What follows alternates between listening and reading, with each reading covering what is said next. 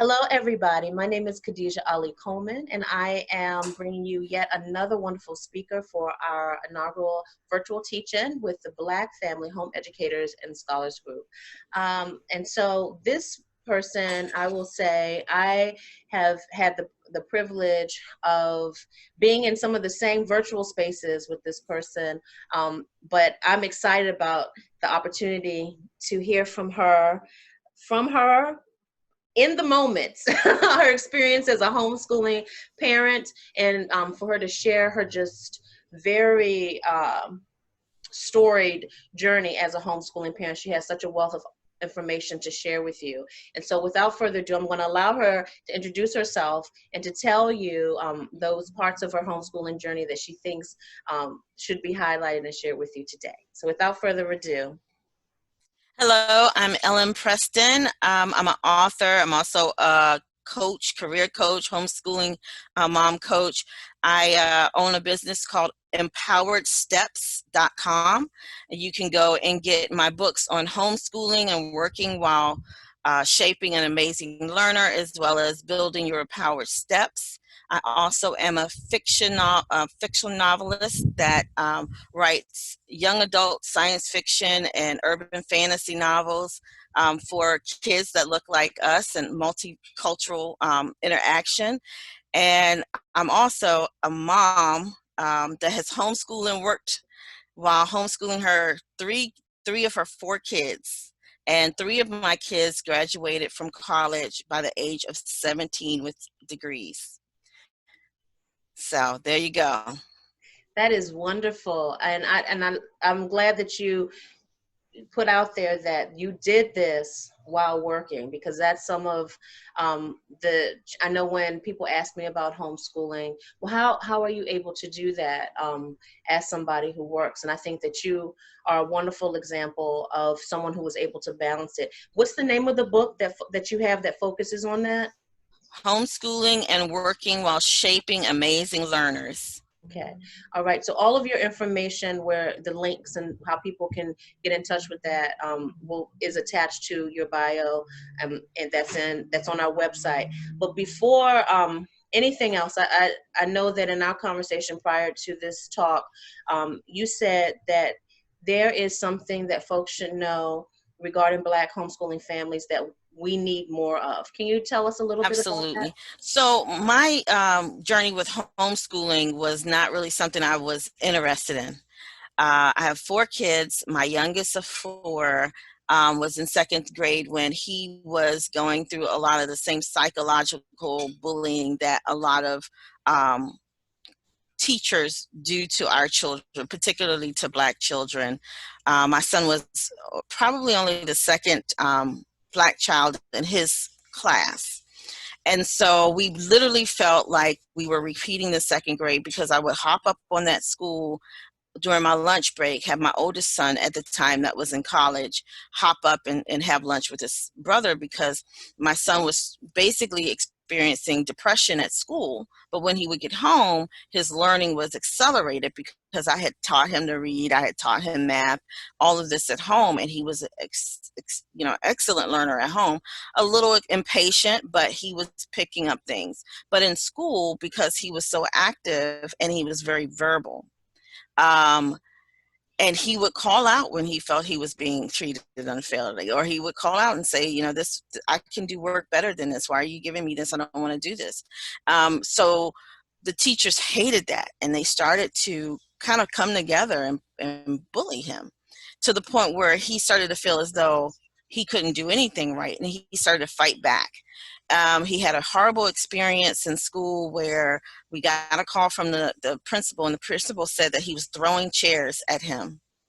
And I was like, wait a minute, that is not even my child's nature. And it wasn't until a year after I started homeschooling my son that he told me the reason he was doing that was because the principal locked him in the office and put him in a chair and kept kicking his chair.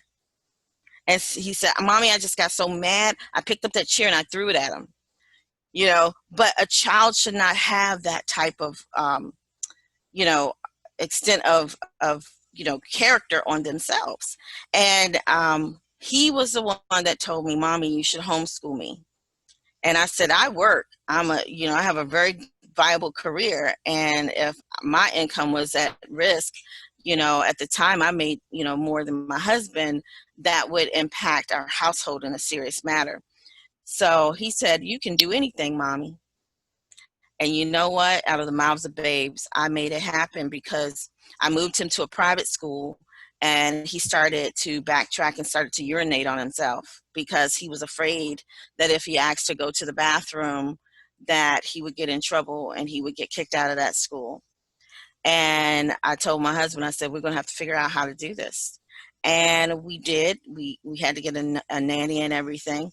And then we started to look for homeschooling communities that kind of fit what we did. And I realized that I was usually a party of one. And my husband was a realtor at the time, and we co-homeschooled our kids and worked. And we had a nanny come in for, had our older kids keep the kids, or a nanny come in, or my mom come in and watch the kids for 4 to 6 hours while we were both at work and flip-flopping our schedule. And we would go to these homeschooling events and would feel like we were very out of place. The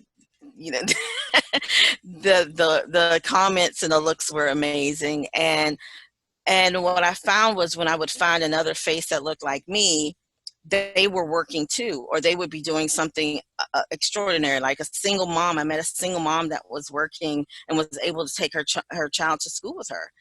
To work with her.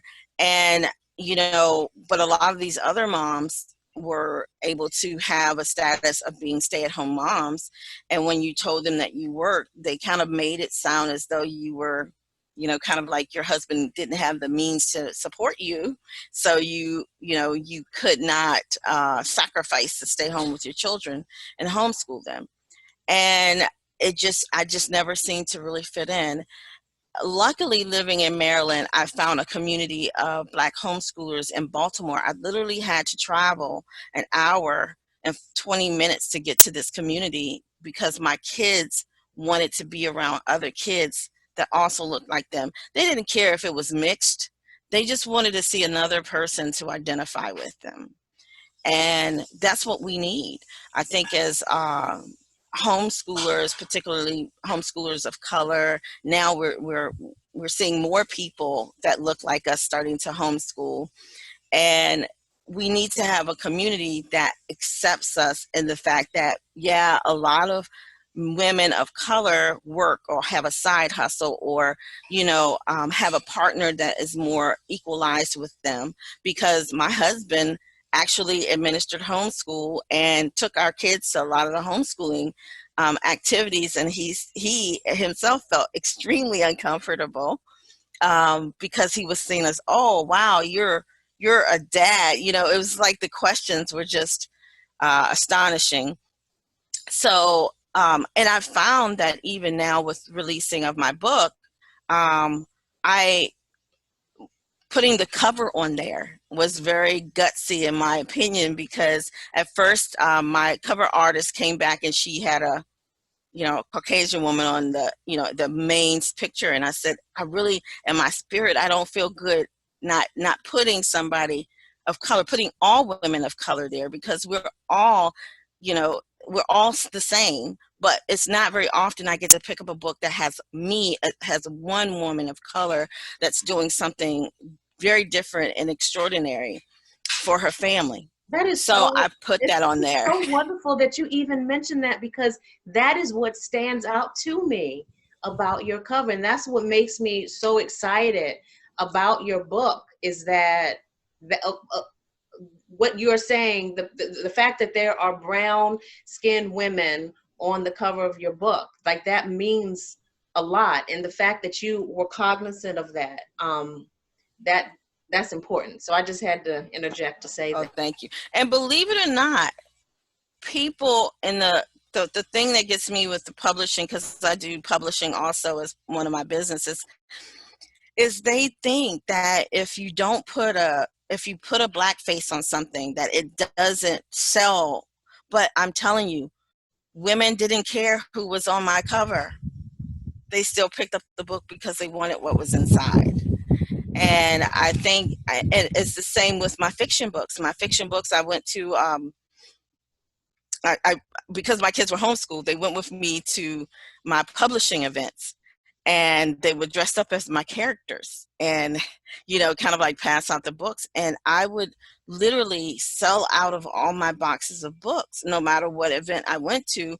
And it would be white librarians and Caucasian bookstore owners saying that we need more books with diversity, but the large publishing companies still hold true to that's not going to sell. So that's why we need to have an environment when we are fostering our own children to see, to have positive voices all the time in their environment, and people that they see that are adults giving other kids that look like them positive voices, positive things that they're saying, and the microaggressions stay at a minimum, because children and people adjust based upon the environment that they're in.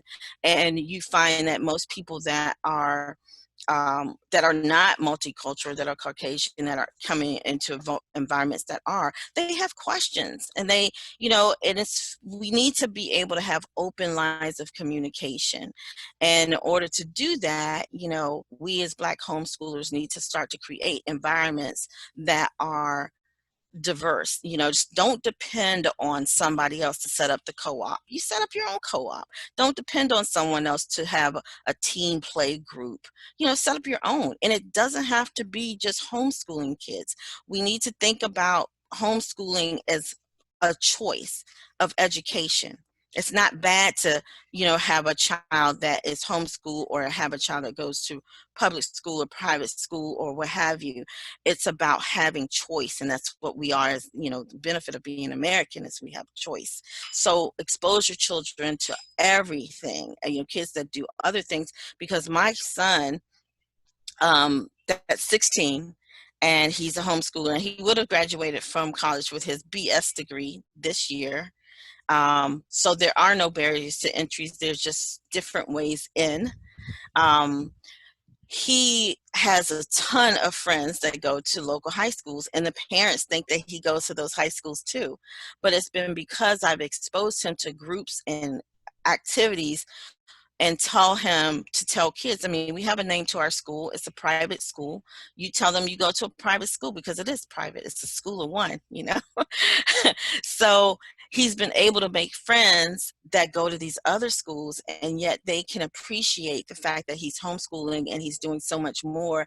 And they see the freedom he has in building his own vision, that they get jealous and say, how can I do that? And he's even recruited 3 or 4 other kids to convincing their parents to homeschool them, and it's been amazing for those children. So we need to think with an open mind and not be restricted to what we think, oh, well, I have to have a homeschooling. No, you just need to have a community of children that want to do the same thing. But we have to starting those ourselves and owning those. You can't complain unless you're going to come up with a solution. I think that's a perfect ending and a perfect last word to the many points that you brought up.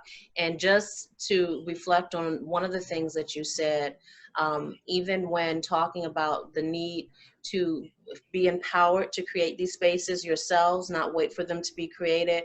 You also spoke of diversity and not necessarily being simply about a racial or ethnic diversity, but a diversity of experiences that the children themselves have, looking at schooling as diversity, school choice as diversity, because no one ever really questions whether or not public or private school children are convening with each other, but only when homeschooling sometimes comes into the equation, it's either not a consideration or it becomes weird. And for you to present that, or to have your child have that understanding that homeschooling is private school, it's a school of one. I think that that's so brilliant, so genius, because it really has a step outside of the paradigm of this whole idea of socialization, which is always foisted upon us as homeschooling parents, that our children don't socialize or don't have opportunities to socialize. But as you exemplify,